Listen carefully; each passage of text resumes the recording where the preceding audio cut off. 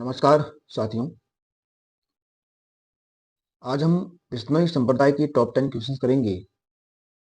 अभी तक हमने राजस्थान के इतिहास और कला संस्कृति के संत संप्रदाय टॉपिक के तामसनी संप्रदाय, दादूपंथी संप्रदाय और जसनाती संप्रदाय के टॉप 10 क्वेश्चंस किए।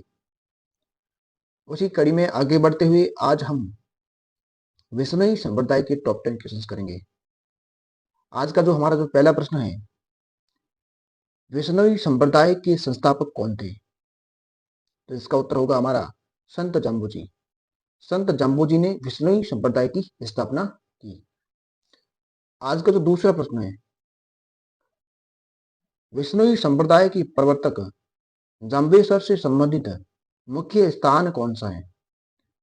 यानी जो विश्नोई संप्रदाय की जो स्थापना की थी संत जाम्बोजी ने, उनसे संबंधित मुख्य स्थान कौन सा है? तो इसका उत्तर होगा मुकाम। जी हाँ साथियों, मुकाम जो है विश्नोई संप्रदाय का प्रमुख स्थान है। इसके अलावा आपको अन्य स्थान भी थोड़े ध्यान में रखने हैं, क्योंकि कई बार प्रश्न बन जाता है कि निम्न स्थान कौन से संप्रदाय से संबंधित है। तो जब आपको याद होगा, पता होगा, तब आप आसानी से उसको कर पाओगे। तो इसके अलावा जो स्थान है, पीपासर आपका नागौर के अंदर पड़ता है, जाम्बा आपका फलोदी के अंदर पड़ता है, रामड़ावास आपका पिपाड़ के अंदर पड़ता है और जंगुल बीकानेर के अंदर पड़ता है। ये भी विश्नोई संप्रदाय के प्रमुख स्थान है। अगला जो हमारा प्रश्न है, पर्यावरण चेतना जैसी आधुनिक शब्दावली का महत्व बहुत पहले किसी संत ने जान लिया था। इन पर्यावरण के बारे में, पर्यावरण के महत्व को बहुत ही पहले किसी संत ने जान लिया था। वो संत कौन थे? तो इसका उत्तर होगा हमारा संत जाम्बोजी। संत जाम्बोजी ने पर्यावरण के महत्व को बहुत ही पहले जान लिया था। इसी कारण संत जाम्बोजी को पर्यावरण वैज्ञानिक भी कहते थे। यानी प्रश्न बना, मान लीजिए कि पर्यावरण वैज्ञानिक के नाम से कौन से संत जाने जाते थे, तो आपका उत्तर होगा संत जाम्बोजी। क्यों जाने जाते थे? क्योंकि ये पर्यावरण के प्रति लोगों में जागरूकता फैलाने का इन्होंने काम किया था। आज का जो अगला प्रश्न हमारा है, राजस्थान के किस लोक देवता के माता पिता का नाम हंसा देवी और लोट जी था?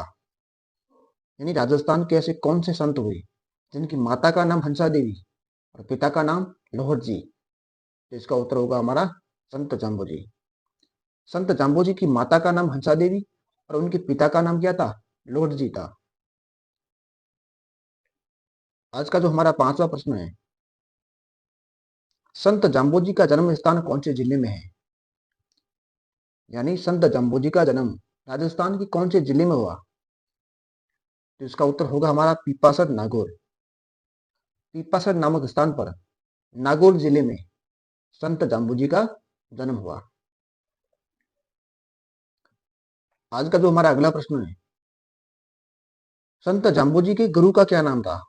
यानी संत जाम्बोजी के गुरु कौन थे? तो इसका उत्तर होगा गोरखनाथ जी।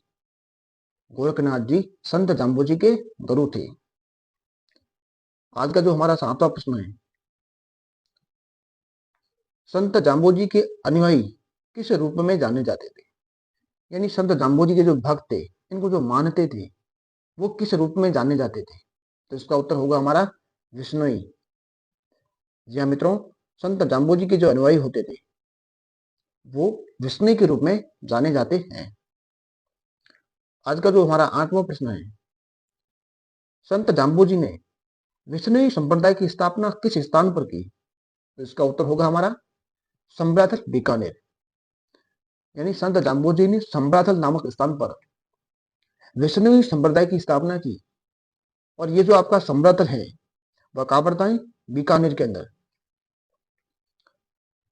अगला प्रश्न, संत जाम्बोजी ने विष्णु संप्रदाय के कितने नियम दिए?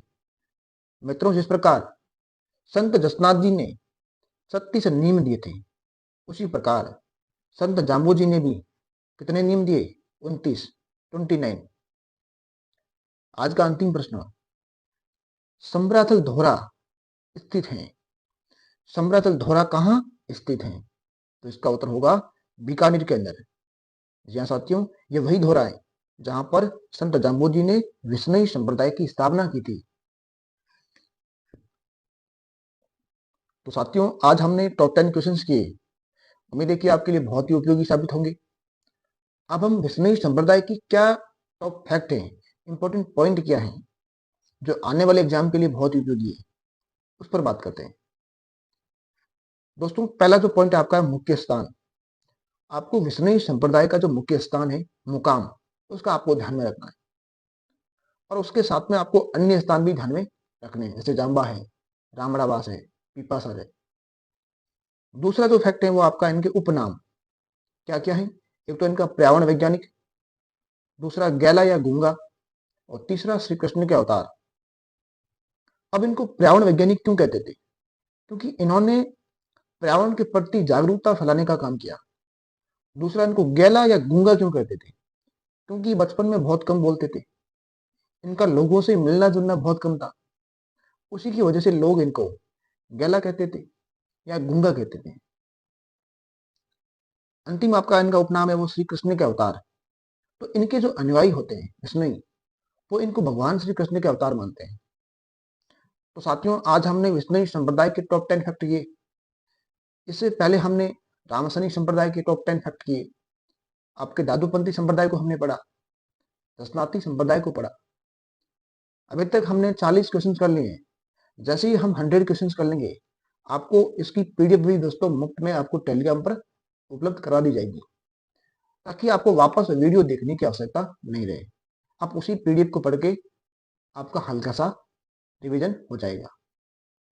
तो मित्रों, लगातार हमारे साथ बने रहिए और पढ़ते रहिए और आगे बढ़ते रहिए। जय हिंद, जय भारत।